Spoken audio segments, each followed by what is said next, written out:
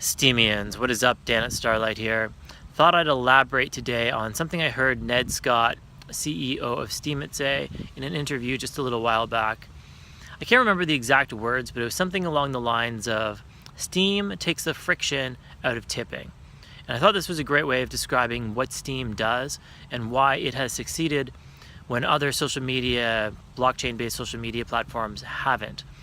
Because it seems like for a while now it's been obvious that there was going to be some marriage between cryptocurrency and social media.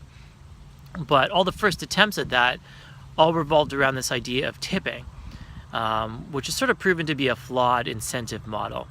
You can't just expect people out of the goodness of their own heart to give content creators money, their own money. It just doesn't work that way. Some people will some of the time, most people won't most of the time. But that's where Steemit gets interesting, because you're still tipping on Steemit. You just don't know that you are. Tipping on Steemit, everybody has to do it. It's mandatory across the board every day. And it's hidden. It's like you don't know you're doing it because it all happens through inflation. But on the old sort of tipping with a lot of friction, those platforms, it was like you saw money going out of your wallet to the person's wallet that you were tipping.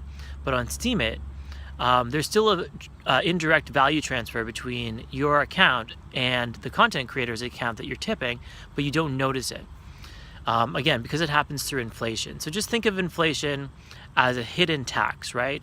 Anytime you inflate a currency by printing more of it,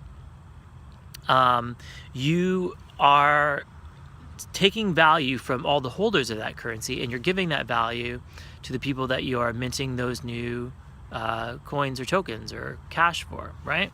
So in the case of Steem, what's actually happening is with the inflation rate, which is 9.5% and decreasing every year by 5%, that inflation every day is taking value out of your account and taking that value and putting it into the rewards pool. So you don't see Steem coming out of your account, but the value of that Steem compared to the whole supply is going down. Then that money goes into the rewards pool, and then it gets tipped to people because that's what that money is set aside for. It has to do that.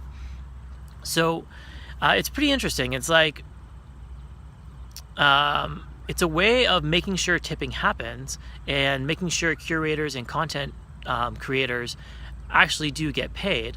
And it's a system that everybody can buy into, because you buy into it at the beginning when you agree to hold Steem. You agree to this inflation rate. It's obvious. Everybody knows what it is. It's not like you're being taxed by government that you didn't sort of agree to be born in that country and have to pay those taxes, right? I mean, this is an optional system, but people are willing to opt into it because the tipping sort of built right into the process. And if you decide to put your Steem in Steem Power, you will be less affected by inflation, and you will have direct say over some of the tipping, right? Over where that value gets transferred to. So you can actually tip yourself, you can tip your friends, and most importantly, you can tip people who are going to raise the value of Steem. And this is where I'm very bullish in the idea that the process that this is creating means that everybody working together to curate and create content is going to raise the value of Steem much, much faster than you would ever notice the inflation diminishing the value of your account. So that's sort of the beauty of the process, and that's why I think this word frictionless is a great way of describing how Steem, the blockchain, works. So anyways, that's it. Those are just my thoughts for today. Dan at Starlight, peace out.